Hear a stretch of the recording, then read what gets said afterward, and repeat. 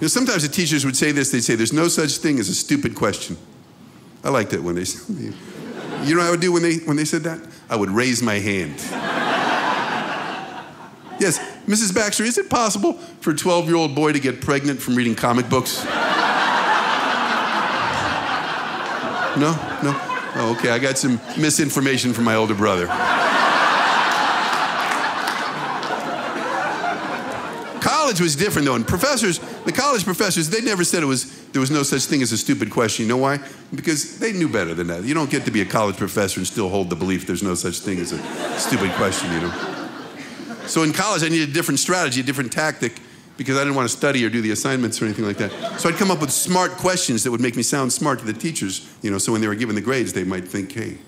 So I'd be like, yes, Professor, after perusing the copious reading assignments which you ungrudgingly designate as compulsory, it has become abundantly clear to me that the incipient, and might I say pandemic rise of quantitative easing in the post-holographic arena spawns a situation and, in fact, a conundrum in which the widespread growth of existential and even dystopian paradigms will threaten to dominate the landscape for the foreseeable future. Now, having said that, how would you therefore postulate a quid pro quo complexification from a nihilistic standpoint? And being broadly contemporaneous, would that postulation even be germane to the philosophical dogma of the period?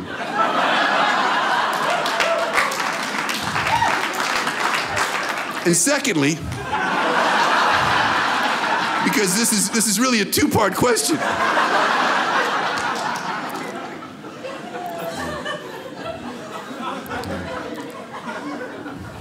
Didn't like math. Math was my least favorite subject. You like school? You in school? You're in school now?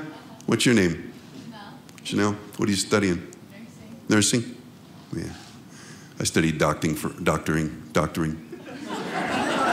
What do they call it? Medicine? It was a lot. It's a lot. I dropped out after 2 years of high school. No, I didn't like being a doctor. I was a doctor for 1 day. Yeah, everybody complains about everything, and I was like, I can't do this. No, I couldn't. I didn't like math. Math was my least favorite subject. Actually, it's like a 5-way tie for my least favorite subject, but math was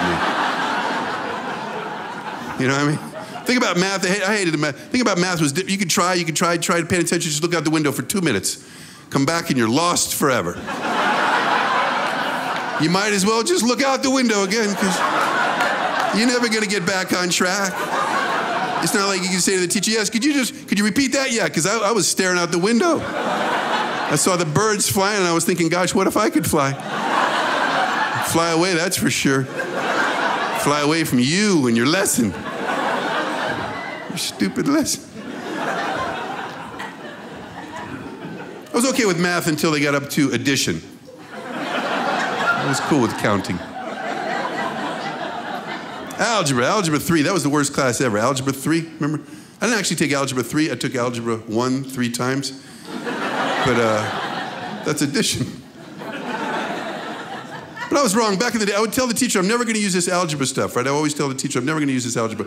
But you don't use it very much, but once in a while I use algebra. Like a few months back, I was in the train station in Baltimore, and train A was going to be leaving the station at 5 p.m.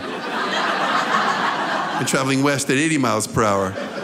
And train B was going to be leaving the station 3 hours later on a parallel track, but going 100 miles per hour. In winds out of the southeast at 18 miles per hour, and there was a 30% chance of rain. The Dow Jones had dropped 200 points that day. But the NASDAQ was up 40. I weighed 195 pounds.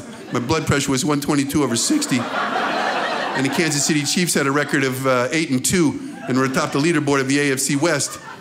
And I had to figure out what train to get on. Luckily, there's an app for that now.